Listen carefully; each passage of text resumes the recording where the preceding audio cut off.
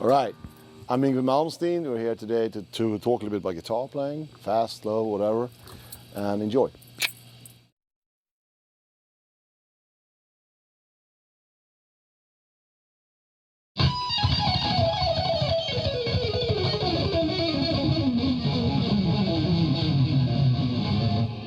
Like there's a...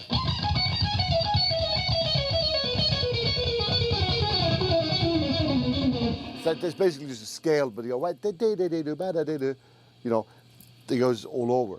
That's what I was going for from very early on. Right. And in other words, the whole reason I play the way I play is because I wanted to go away from this guitar player playing this, and everybody listen to him, and they do their way of doing that, and like on it goes, you know. And I wanted to challenge myself mainly, you know, with trying to play some crazy stuff that was done on violin, you know, which is a different instrument, you know.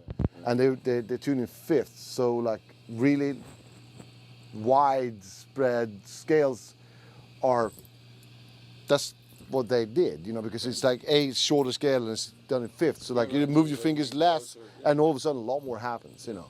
So it's a bit of a challenge, you know what I'm saying? Yeah. But that's what I dug, you know, and I still do. And so the main reason, as much as I love the blues, the main reason I went away from it was because I felt that was boxed in, and I wanted to break out of that. So that was the natural progression for me to do then would be to play, you know, which is, I guess you would call a harmonic minor, like that. Or if you invert that from A minor to E minor, that would be Phrygian, which is just same relative scales. And also with the major third, it's perfect because it links together with the diminished, which is that it links it together perfectly, you know, so you can mix and match them, throw together any way you like.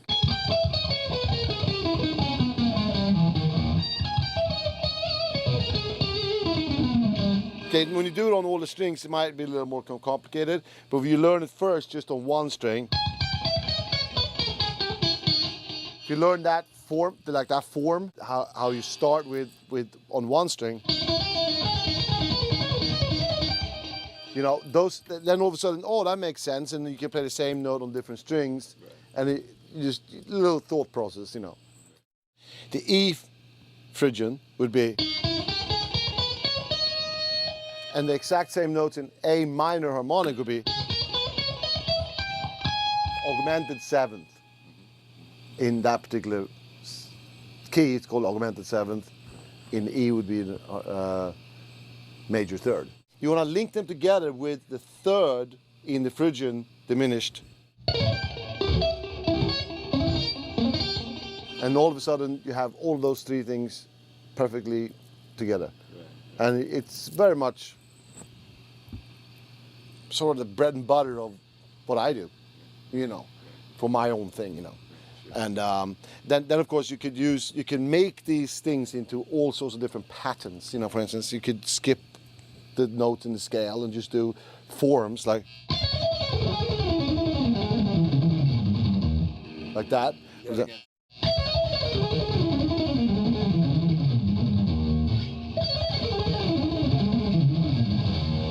start here.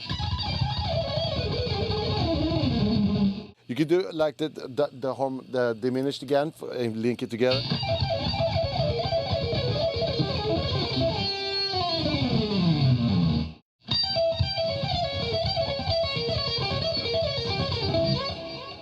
Okay, that's two strings. We could do a three string.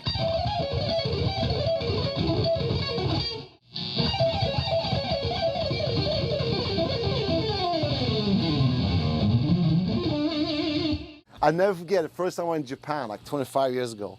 They started asking me, how do you do this? How do you do that? And I go, I don't know, man. You know, all I knew was when I started out, I'll tell you what happened. What I knew, and everybody thinks like I'm completely full of it when I say this, but this is the truth. They asked me for advice. I go, play with your ears. Play with your ears. When it sounds good, it's good. If it sounds good, it's good. If you have good ears, you'll know when it's good, yeah? And I knew that I didn't want to play and it's to make it sound like that. I wanted it to be note for note clean, you know? Right, right. And I wasn't thinking about what I was doing, but I knew what I wanted to hear. Right. And I was working on it very hard until I got what I wanted, you know?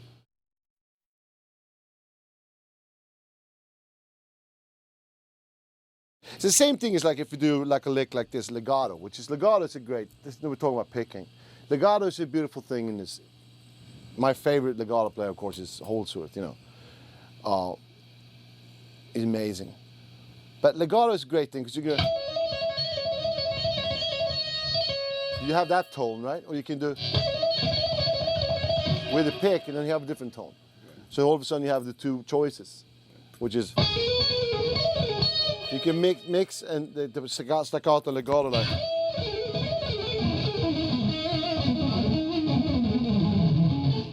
On the low ones, we always sound a little cooler, more staccato, you know.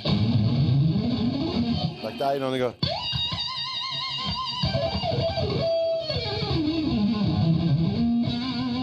You know, stuff like that. Sounds cool, you know. That's why I'm going for whatever comes out sounding bitching. You know, that's what arpeggios like. Was dramatic, you know. Oh, drama, you know. Are you just doing straight alternate picking when you're on this? Not when I go to different strings. What do you do? I don't know.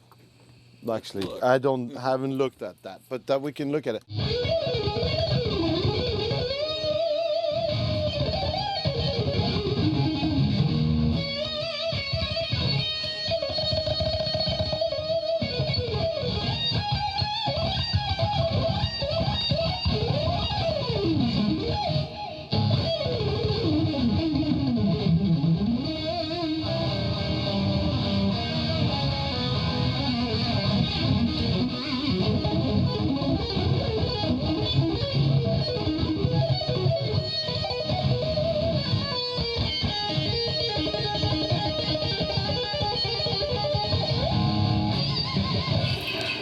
When I just play like that, I don't think about what I'm doing. I'm just playing whatever it takes, what note is.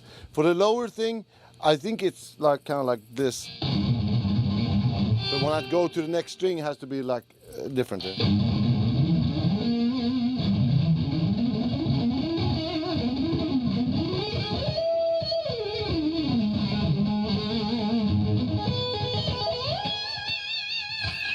This thing where you look like you either pull a pick back or when you do move over to the other string. I know you just play. Yeah, it's funny because that reminds me of I used to have a bass player a long time ago. He used to look at my picking hands he's like looks like you're knitting.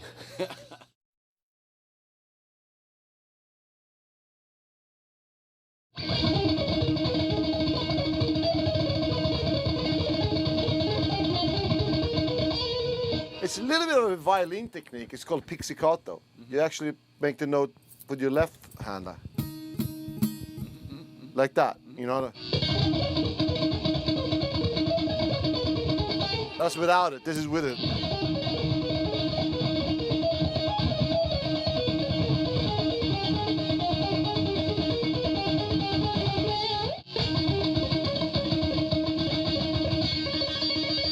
So it's a mixture of actually doing this.